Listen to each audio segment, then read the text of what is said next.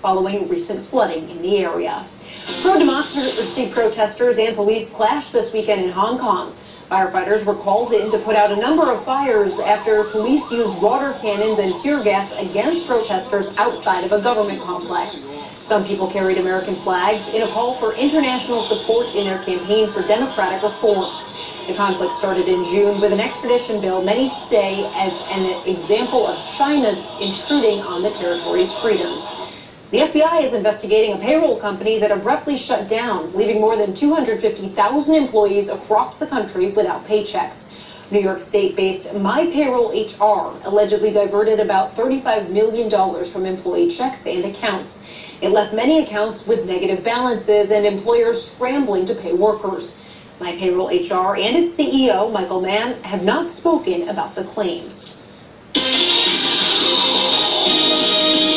Everybody loves it when we have a nice weekend, but I will say it does make it a little bit more difficult to go back to work because you want to just continue that nice party stretch. Well, thankfully it's going to cloud up just a little bit for Monday. That's what we're looking at right now. Cloudy skies are trying to move in, and even a few sprinkles out there, very, very isolated in nature. Don't expect much, if anything, throughout the overnight hours. Tonight, still quiet out in Greenville, not a whole lot of activity. Things are going to stay quiet overnight tonight, aside from, like I said, just a couple places seeing some sprinkles. Dew point temperatures still in the mid-50s. It is comfortable outside, but the winds are out of the south, and that's where we expect to see the change over the next 24 hours, or even shorter than that.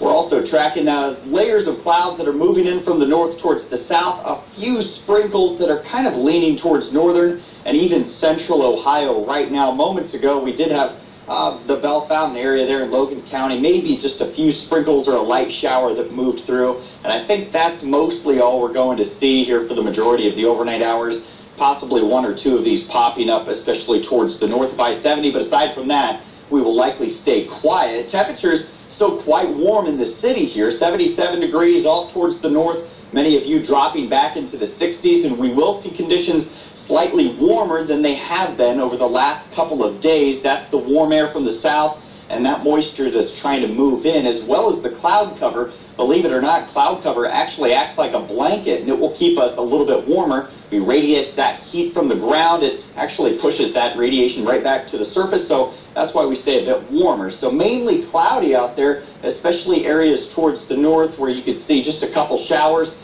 Low temperatures dropping down to about 66 degrees, and we'll stay fairly quiet tomorrow. A few chances for some light showers in the morning hours, and then we'll see that activity pick up just very slightly into the afternoon as well. This is not a wash.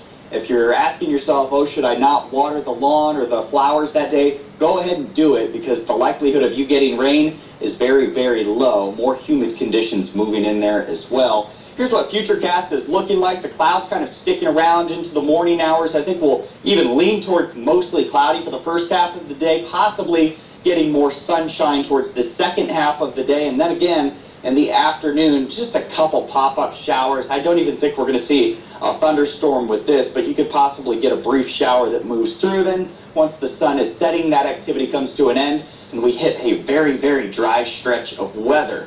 Into tomorrow, the muggy air is trying to work itself back into the region. It's very brief. We have the wind shift back, and that more comfortable dry air returns. That's what we're feeling right now. So on Tuesday, that comes back, and then we switch right back. The warm and humid air is expected to move right back in for Wednesday, Thursday, and into Friday as well. So let's look into the distance. How about the next 5 days? How much rain are we looking at? Pretty much none. Tomorrow's very small chance for showers is about all we're looking at. After that, I don't expect to really see anything. And right now we are looking at abnormally dry conditions here in the Miami Valley, with Clark County specifically kind of being at the epicenter of that, with the driest conditions that we've seen here recently.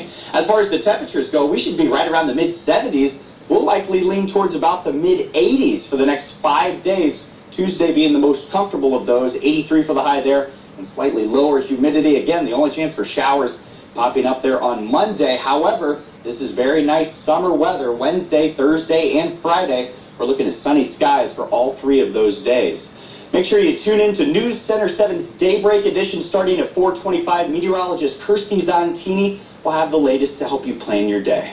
All right, thanks, Jesse. The food bank will hold a mass distribution event this week coming up in this coming week.